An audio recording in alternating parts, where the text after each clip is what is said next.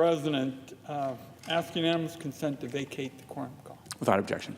And while it is perhaps not in line with official and genuine Senate protocol, I also want to use this opportunity to congratulate my good friend in the chair on the wonderful events of last weekend for his family.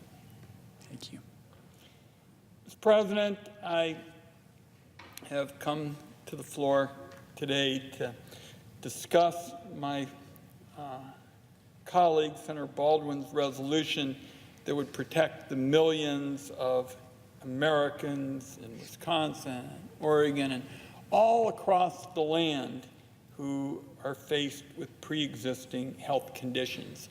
And this has been an area that I have focused on since my days as co-director of the Oregon Gray Panthers, because pre-existing conditions is kind of fancy lingo that people talk about as it relates to healthcare policy. But really what it's all about is if you have cancer or diabetes or heart disease or asthma or any one of a score of healthcare conditions, before the Affordable Care Act, you were just in a world of hurt, literally and figuratively.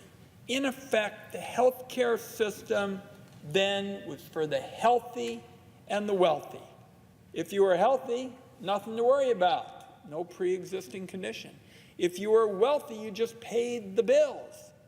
But if you had pre-existing conditions, as millions and millions of Americans have, then you were really out of luck. So then along came the Affordable Care Act. And I had written a piece of legislation, the Healthy Americans Act, 7 Democrats and 7 Republicans as co-sponsors, with airtight, loophole-free protection for Americans against discrimination if they had a pre-existing condition. And that provision from the Healthy Americans Act, to a very great extent, made its way into the Affordable Care Act. And that's why millions of Americans were able to go to bed at night with a sense of comfort and a sense that if they did have health care conditions, the insurance companies wouldn't be able to just clobber them with higher costs. And unfortunately, we have the Trump administration wanting to bring back the days when health care was for the healthy and wealthy and allow discrimination against people with pre-existing conditions. And the flip side of the pre-existing condition coin is junk insurance, selling junk insurance that really isn't worth a whole lot more than the paper it's written on. And boy, do I know something about junk insurance, because that's how I started my time in public service, when senior citizens were sold 15, 20 policies. Again, the ripoffs were built in. Back then, if you had one policy and you had another policy that offered similar coverage, they canceled each other out and the senior got nothing. It was junk insurance. And if you go back to the days when you can discriminate against people with pre-existing conditions, we're going to have junk insurance all over again. So I'm going to start my remarks now, beginning with the Trump administration's record on this. First of all, if you're a scam artist who is peddling junk plans, the Trump administration has your back. If you're a person with a pre-existing condition, the Trump administration is advancing policies that will make both your health and your wallet in far worse shape. Now, the Trump officials get up and talk about the benefits of short-term plans. They'll use buzzwords like flexibility and patient-centered care. But I want everybody to be clear. It's junk insurance, plain and simple, and it's putting a whole lot of lipstick on a fraud. These junk insurance plans the Trump administration has revived represent the very worst of industry tricks and abuses. They punish Americans who really need health care. If you're young, if you're healthy, and you're wealthy, as I've said, nothing to worry about. But with junk plans, you've got a glide path to put a scam on those with pre-existing conditions like heart disease, cancer, or mental illness. And they exist to prey on older Americans, on women, on the less fortunate, and particularly a group that I have thought was the heart of where health care reform ought to go, and that's folks between 55 and 65. Now, as I've indicated, junk plans are not new. The Congress and the American people have rejected them, before. I mentioned my history with the Oregon Gray Panthers, big, thick stacks of legalese that nobody could understand, always hyped to the seniors. They were going to fill the gaps in Medicare. It was called Medigap. And back then, it was really just A and B. You didn't have D and Medicare Advantage and all kinds of other things. It was just A and B. And you had seniors frightened that the gaps in Medicare were going to consume any savings they might have.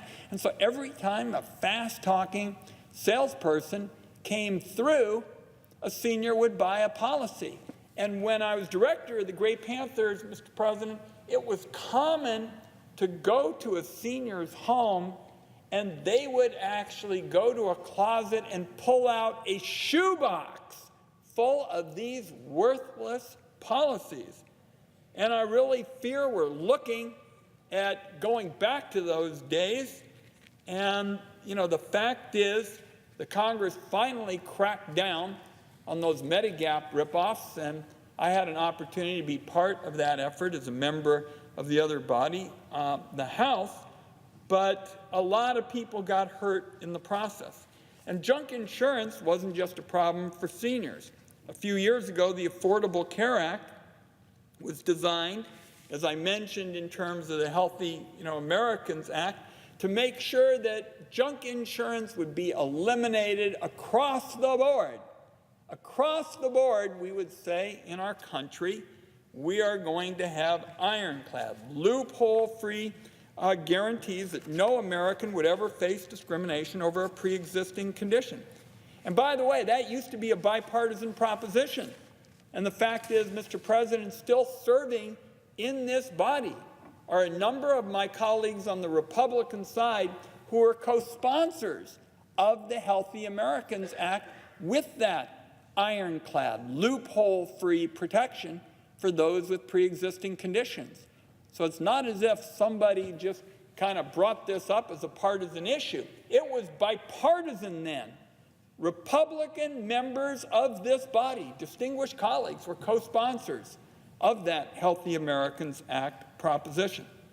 But now the Trump administration is trying to turn back the clock. They want to make junk plans great again. A forced march back to the days, those days that I described as being only for the healthy and the wealthy. Now, the open enrollment period for health insurance is coming up very quickly. The Trump administration has cut it in half, so it's going to only last a few weeks this year. That means during the holidays, when Americans are traveling, shopping, and spending time with family, they're also going to have to make some judgments about health insurance. Because of the Trump administration's actions, these junk insurance policies are going to be peddled at the same time as insurance that would actually cover meaningfully the health care that our people need. What they're going to be doing with these Trump changes is making life easy for the scam artists, but a nightmare for so many Americans who day in and day out walk an economic tightrope just trying to pay for essentials. These rip-off artists under the Trump plan are going to have a green light to steal the money Americans pay in premiums and other expenses. According to a recent study, sometimes as much as $2 out of every $3 is wasted on overhead with these administrative costs and junk insurance profits in these flawed policies that the Trump administration wants to foist off on Americans. And the disastrous effects of junk insurance aren't limited to those who get conned into buying it. By bringing junk plans back, the Trump administration, in effect, goes out and swings a wrecking ball into the private health insurance markets in our country. It raises costs across the board, and Americans waste their hard-earned dollars. Senator Baldwin's resolution, and I want to commend my colleague from Wisconsin on her effort on this.